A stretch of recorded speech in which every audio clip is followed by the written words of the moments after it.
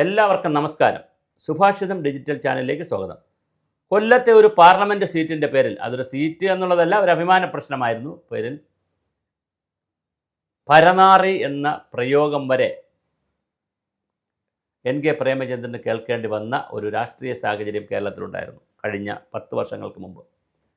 കൊല്ലം ലോക്സഭാ മണ്ഡലത്തിൽ എൻ.കെ. പ്രേമചന്ദ്രനും ആർ.എസ്.പിക്കും കൊടുക്കാത്തടത്ത് തുടങ്ങി അത് അവസാനം വലിയ കുടിപ്പകയിലേക്ക് പോയി. അവിടെ നിന്ന് ആർ.എസ്.പി യു.ഡി.എഫിൽ തുടരുന്നു. 10 വർഷമായി യു.ഡി.എഫിലുണ്ട് ആർ.എസ്.പി. ഇതിനിടയിൽ എൽ.ഡി.എഫിൽ ആർ.എസ്.പി നിന്നപ്പോൾ യു.ഡി.എഫിലുണ്ടായിരുന്ന ഷിബു ബേബി ജോണിൻ്റെ ആർ.എസ്.പി ഇപ്പോൾ ഇല്ല. 2 ആർ.എസ്.പിയും കൂടെ ഒന്നിച്ചിട്ടുണ്ട്. ഇങ്ങനെ 2 ആർ.എസ്.പിയും കൂടെ ഒന്നിച്ച് മത്സരത്തിലേക്ക് വന്നപ്പോൾ ഒരു ചെറിയ, പിന്നെ ബാബു ദിവാകരൻ്റെ ആർ.എസ്.പിയും ഉണ്ട്. അങ്ങനെ 3 ആർ.എസ്.പി ആണിപ്പോൾ. ബാബു ദിവാകരൻ്റെ ആർ.എസ്.പി, അതുപോലെ തന്നെ Shibu baby ജോണിൻ്റെ ആർ.എസ്.പി, PSC N.K.. Premachandran സംഘത്തിൻ്റെ ആർ.എസ്.പി. ഇപ്പോൾ എല്ലാം കൂടെ ഒന്നായപ്പോൾ ഒരു നേതാക്കളുടെ എണ്ണവും കൂടി.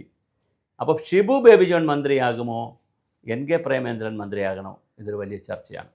പ്രേമചന്ദ്രൻ കേരള രാഷ്ട്രീയത്തിലേക്ക് വരാൻ താല്പര്യപ്പെടുന്നു.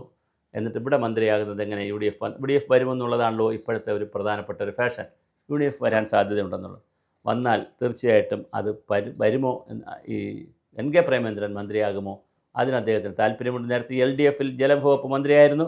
ഈ ജലവകുപ്പാണ് കൂടെ എപ്പോഴും ആർ.എസ്.പിക്ക് കിട്ടിക്കൊണ്ടിരിക്കുന്നത്. ഈ രാമകൃഷ്ണപിള്ളയുടെ കാലം മുതൽ ബേബി ജോണും ഒക്കെ ജലവിഭവപ്പാണ് കൈകാര്യം ചെയ്തത്. അപ്പോൾ ജലവിഭവപ്പ് ഒരു പ്രധാനപ്പെട്ട CPIക്ക് കേരള കോൺഗ്രസിനെ കൊടുത്തു കഴിഞ്ഞാൽ പിന്നെ ഒരു പ്രധാനപ്പെട്ട വകുപ്പ് എന്ന് പറഞ്ഞാൽ ജലവിഭവപ്പാണ്. അങ്ങനെ വരുമ്പോഴാണ് ആർ.എസ്.പിക്ക് എപ്പോഴും ജലവിഭവപ്പ് കിട്ടുന്നത്. അതുകൊണ്ട് UTC ഒക്കെ ഉണ്ട് കേരള വാട്ടർ അതോറിറ്റിയിൽ.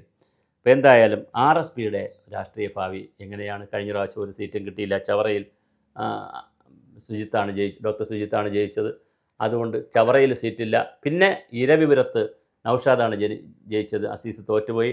അപ്പോൾ എവിടെയാണ് ഈ ആർ.എസ്.പിയുടെ സീറ്റ് ഫിറ്റ് ചെയ്യാൻ കഴിയുക എന്നുള്ള? പിന്നെ വടക്ക് തിരുവമ്പാടിയെ മറ്റും ആർ.എസ്.പിക്ക് കൊടുത്ത് അത് ഒന്ന് കളിച്ചു പിടിക്കുന്ന മണ്ഡലമല്ല. അപ്പോൾ ഇതെല്ലാം വച്ച് മാറി, തിരുവമ്പാടിയൊക്കെ വച്ച് മാറി കൊല്ലം ആർ.എസ്.പി പിടിക്കാനുള്ളൊരു സാധ്യതയുണ്ട്.